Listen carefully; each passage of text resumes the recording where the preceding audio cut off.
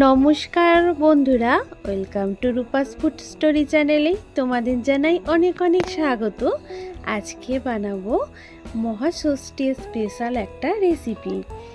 দুর্গাপুজোর স্পেশালে তো আমরা বিভিন্ন ধরনের খাবার খেয়ে থাকি, তাই সেই রকমই আজকে তোমাদের সাথে আমি শেয়ার করব ডালপুরি আর নিরামিষ চানা মশলা। এই চানা মশলা দিয়ে নিরামিষ ডালপুরি খেতে কিন্তু দারুণ লাগবে। চলো তাহলে আজকের এই মজাদার রেসিপি তোমাদের সাথে শেয়ার করব। প্রথম থেকে শেষ পর্যন্ত পুরো ভিডিও দেখার জন্য অনুরোধ রইল। এখানে দেখো আমি 250 গ্রাম ময়দা নিয়ে নিয়েছি। ময়দার মধ্যে দিয়ে দিয়েছি স্বাদ অনুযায়ী একটু লবণ আর একটু জোয়ানটা দিয়ে দিয়েছি, আর দিয়ে দিলাম সাদা তেল। খুব ভালো করে একসাথে সমস্ত কিছুকে খুব সুন্দর করে মেখে নেব, যাতে আমাদের তেলটা দেওয়াতে ময়দাটা খুব সুন্দর ময়াম হবে, আর জোয়ানটা দিলে কিন্তু আমাদের খাবারটা তাড়াতাড়ি হজমও হয়ে যাবে। শুকনো ময়দাটা খুব ভালো করে মাখা হয়ে গেছে। এবার অল্প অল্প করে জল দিয়ে সুন্দর একটা ডো কিন্তু তৈরি করে নেব। আগে খুব বেশি জল দেব না, অল্প অল্প জল দিয়ে মেখে নেব। সুন্দর করে একটা ডো আমাদের সুন্দর করে তৈরি করে নিতে হবে। ডোটা আমাদের খুব সুন্দর রেডি হয়ে গেছে। এবার আমি হাতে একটু সাদা তেল নিয়েছি।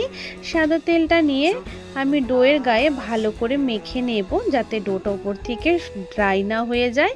আর ডোটাকে ঢেকে রেখে দিলাম। আর এখানে আমি দেখো ডালপুরি বানানোর জন্য ছোলার ডাল আগের দিন রাত্রে ভিজিয়ে রেখেছি ভালো করে। তার ডালটাকে ভালো করে ধুয়ে পরিষ্কার করেই রাখা ছিল। সেই ডালটাকে মিক্সির মধ্যে নিয়ে নিয়েছি। একটু জল দিয়ে সুন্দর করে একটা ডালের মিহি পেস্ট বানিয়ে নিয়েছি। ডালে যাতে বড় দানা না থাকে সেদিকে একটু খেয়াল রাখতে হবে। আমাদের পেস্ট করা কমপ্লিট। এবার আমরা ডালের পেস্টটাকে রান্না করে নেব। কড়াইতে দিয়ে দিয়েছি সর্ষের তেল। সর্ষের তেলের পরিমাণটা নিজেদের পছন্দ অনুযায়ী কম বেশি করে নেবে। তেলটা গরম হয়ে গেলে দিয়ে দিয়েছি সামান্য একটু কালো জিরে, দিয়ে দিয়েছি গ্রেট করে রাখা আদা, আর একটুখানি লঙ্কা গ্রেট করে নিয়েছিলাম সেটাও দিয়ে দিয়েছি। লঙ্কার ঝালটা নিজেদের পছন্দ অনুযায়ী দেবে কম বেশি করে। আর একটু হিং দিয়ে দিয়েছি। হিংটা চাইলে তোমরা আগেও দিতে পারো, আমি একটু পরে দিয়েছি, সুন্দর গন্ধটা থাকবে। এরপর একটু নাড়াচাড়া করে নিয়েছি। আদা কাঁচা লঙ্কা এগুলো একটু ভাজা হয়ে গেলে আমি মশলা দিচ্ছি এর মধ্যে। স্বাদ অনুযায়ী লবণ দিয়ে দিয়েছি, একটু হলুদ, আর দিয়ে দিচ্ছি 1 চামচ জিরে গুঁড়ো, 1 চামচ ধনিয়া গুঁড়ো, 1 চামচ গরম মশলার গুঁড়ো। এবার সমস্ত কিছুকে খুব ভালো করে নেড়ে চেড়ে নিয়েছি। দিয়ে দিয়েছি স্বাদ অনুযায়ী একটু চিনি দিলে কিন্তু দারুণ হবে খেতে। একটু মিষ্টি মিষ্টি ভাব না আসলে পুরটা কিন্তু টেস্ট হবে না ভালো। তাই আমি ভালো মতন দেখো এখানে সমস্ত মশলা ডালের সাথে মিশিয়ে নেব।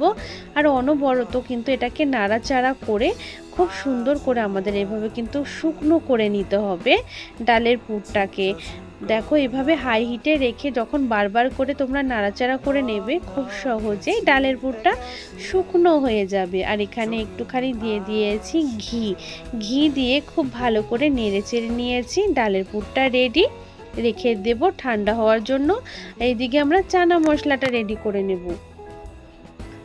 চানা মশলার জন্য আমি সারা রাত চানা ডাল ভিজিয়ে রেখেছিলাম জলে, আর খুব ভালো করে ধুয়ে পরিষ্কার করে নিয়েছি। এবার প্রেসার কুকারে এটাকে সেদ্ধ করে নেব। তার জন্য প্রেসার কুকারে চানা ডালগুলোকে দিয়ে দিয়েছি। এটাকে কাবলি ছোলাও বলে। সেই কাবলি ছোলাগুলো দিয়ে দিয়েছি। এখানে স্বাদ অনুযায়ী দিয়ে দিয়েছি একটু লবণ, হলুদ, একটা দারচিনি, একটা এলাচ, আর একটা তেজপাতা, আর একটু সাদা তেল দিয়ে ভালো করে মিশিয়ে নিয়ে প্রেসারের ঢাকনাটা আটকে আমি 4 থেকে 5টা সিটি দিয়ে নেব। তোমাদের প্রেসার কুকারে যেরকম সিটি পড়ে সেই বুঝে তোমরা সিটি দিয়ে নেবে। তা ডালটা সিটি দিয়ে নিয়েছি। দেখো খুব সুন্দর কিন্তু আমাদের চানা ডালটা কিন্তু দেখো সেদ্ধ হয়ে গেছে, বা কাবলি ছোলাগুলো খুব সুন্দর সেদ্ধ হয়ে গেছে। এবার কিন্তু আমি জল থেকে কাবলি ছোলাগুলো তুলে নেব।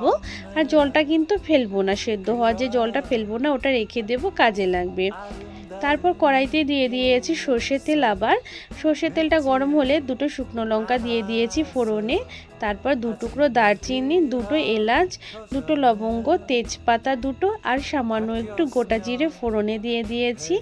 ফোড়ন থেকে সুন্দর গন্ধ বেরোতে শুরু করলে দিয়ে দিয়েছি 1 চামচ মতো আদা বাটা, আর দিয়ে দিয়েছি আমি কাঁচা পাকা লঙ্কা বেটে নিয়েছিলাম। 1 চামচ মতন কাঁচা পাকা লঙ্কাটা ব্যবহার করব আমি এখানে ঝালের জন্য। তোমরা চাইলে এখানে রেড চিলি পাউডারটাও ব্যবহার করতে পারো, তবে আমরা কিন্তু কাঁচা লঙ্কার ঝালটাই বেশি খাই। তারপরে দিয়ে দিয়েছি এখানে দেখো আদা কাঁচা লঙ্কাটা ভাজা হয়ে গেলে একটুখানি পেস্টটা দিয়ে দিয়েছি একটা টমেটো পেস্টটাকে দিয়েও অনবরত খুব ভালো করে নাড়াচাড়া করে নেব যতক্ষণ না টমেটোর কাঁচা গন্ধটা দূর হচ্ছে। যখনই তেল ছাড়তে শুরু করবে এখানে মশলা দিয়ে দেব স্বাদ অনুযায়ী লবণ, দিয়ে দিয়েছি 1 বড় চামচে 1 চামচ জিরে গুঁড়ো, 1 চামচ ধনিয়া গুঁড়ো, একটু কাশ্মীরি লাল লঙ্কার গুঁড়ো, একটু হলুদ গুঁড়ো, আর দিয়ে দিয়েছি স্বাদ অনুযায়ী একটু চিনি। এই মশলা কষানোর সময় চিনি দিলে খুব সুন্দর কিন্তু মশলার রঙটা দারুণ হয়। তারপর মশলাগুলোকে নেড়ে চেড়ে নিয়ে জল দিয়ে আবারও একটু মশলাটা কষিয়ে নেব। যেহেতু নিরামিষ রান্না তাই খুব সুন্দর করে মশলা কষিয়ে নিলে রান্নার স্বাদ কিন্তু অনেক গুণ বেড়ে যাবে। তারপর মশলা ভালো করে কষিয়ে নেওয়ার পর তেল ছাড়তে শুরু করলে এখানে যে চারমগজ আর কাজু আমি দেখো এখানে বেটে নিয়েছি, সেই চারমগজ কাজু বাদাম বাটাটা এখানে দিয়ে দিয়েছি। খুব ভালো করে কিন্তু সমস্ত মশলার সাথে আবার কিন্তু আমি কষিয়ে নেব এই চারমগজ আর কাজু বাদাম বাটা। এখানে কিন্তু আমি 7-8টা মতন কাজু বাদাম আর 1 চামচ মতন এখানে 10 টাকা পরিমাণে আমি নিয়ে নিয়েছি চারমগজ। এই চারমগজগুলো খুব সুন্দর করে আমি একসাথে বেটে নিয়েছিলাম, সেটাই কিন্তু খুব ভালো করে কষিয়ে নিচ্ছি। সামান্য একটু জল দিয়ে আবারও খুব ভালো করে মশলাটাকে কষিয়ে নিতে হবে যতক্ষণ এটার থেকে তেল ছাড়তে শুরু করেছে। যত ভালো করে কষিয়ে নেব চানা মশলার স্বাদ কিন্তু তত গুণই বেড়ে যাবে। আর খুব সহজ পদ্ধতিতে আজকে চানা মশলাটা করে দেখাচ্ছি তোমাদের। তোমরা চাইলে এখানে টক দইও ব্যবহার করতে পারো, আমি টক দই ছাড়াই কিন্তু রান্না করে দেখাচ্ছি তোমাদের। মশলা থেকে তেল ছাড়তে শুরু করলে দেখো আমি এখান থেকে জলটা ঝরিয়ে রেখেছিলাম, কাবলি ছোলা সেদ্ধ হয়ে যাওয়ার পরে জল ঝরিয়ে রেখেছি। কাবলি ছোলাগুলোকে দিয়ে বা চানা ডালটাকে দিয়ে খুব সুন্দর করে কিন্তু এখানে আমি কষিয়ে নেব মশলার সাথে। খুব ভালো করে কিছুক্ষণ কষিয়ে নেওয়ার পরে যেই জলটা ছিল সেদ্ধ করার সময় যে জলটা, সেই জলটাই আমি এখানে দিয়ে দিয়েছি।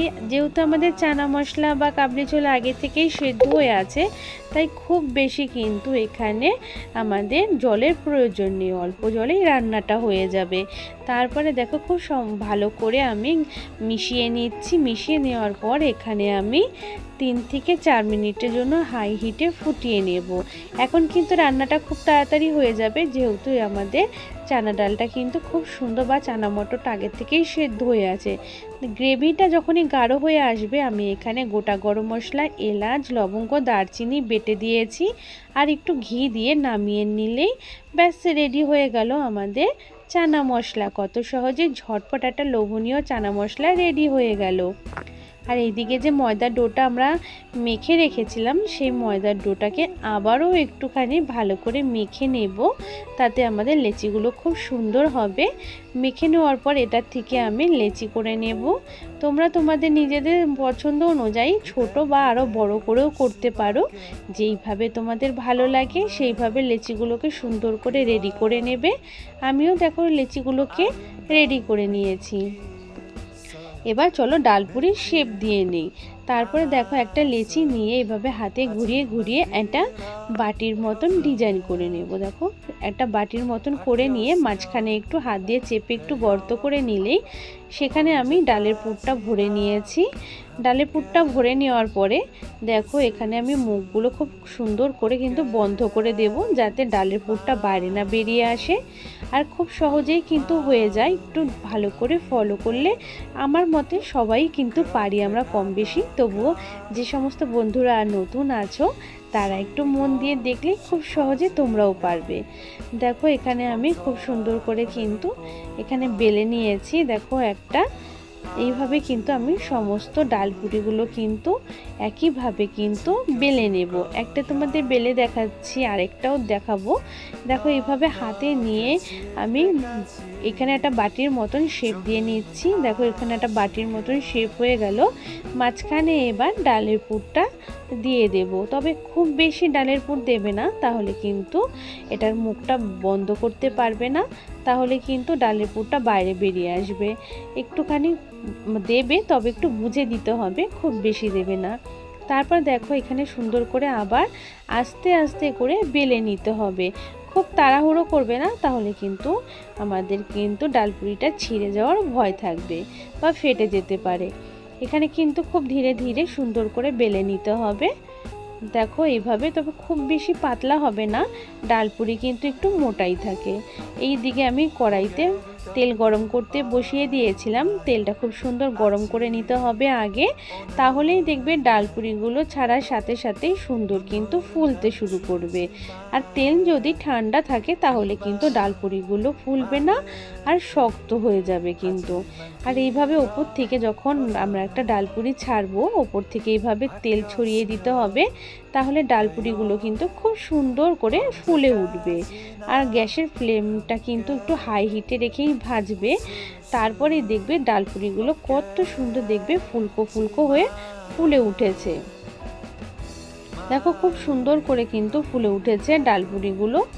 আমি দেখো একটা ভেজে নিয়েছি। এইভাবে কিন্তু আমি আরও 2-3টে তোমাদের ভেজে দেখাচ্ছি। দেখো গরম তেলে এইভাবে ছেড়ে দেওয়ার সাথে সাথেই কিন্তু খুব সুন্দর করে কিন্তু ডালপুরিগুলো কিন্তু ফুলে উঠছে। আর উপরে দেখো কত বল বল মতন হচ্ছে, মানে ডালপুরিটা কিন্তু খুব সুন্দরভাবে রেডি হচ্ছে। এইভাবে ওপর থেকে গরম গরম তেল ছড়িয়ে দেবে, তাহলে ডালপুরিগুলো কিন্তু খুব ভালো হবে আর ওপরটা ফুলে উঠবে খুব সুন্দর। এইভাবেই দেখো অনবরত কিন্তু আমি এইভাবেই ভেজে নেব। আর এইরকম গরম গরম ডালপুরি কিন্তু খেতে কিন্তু ভীষণ মজা লাগে।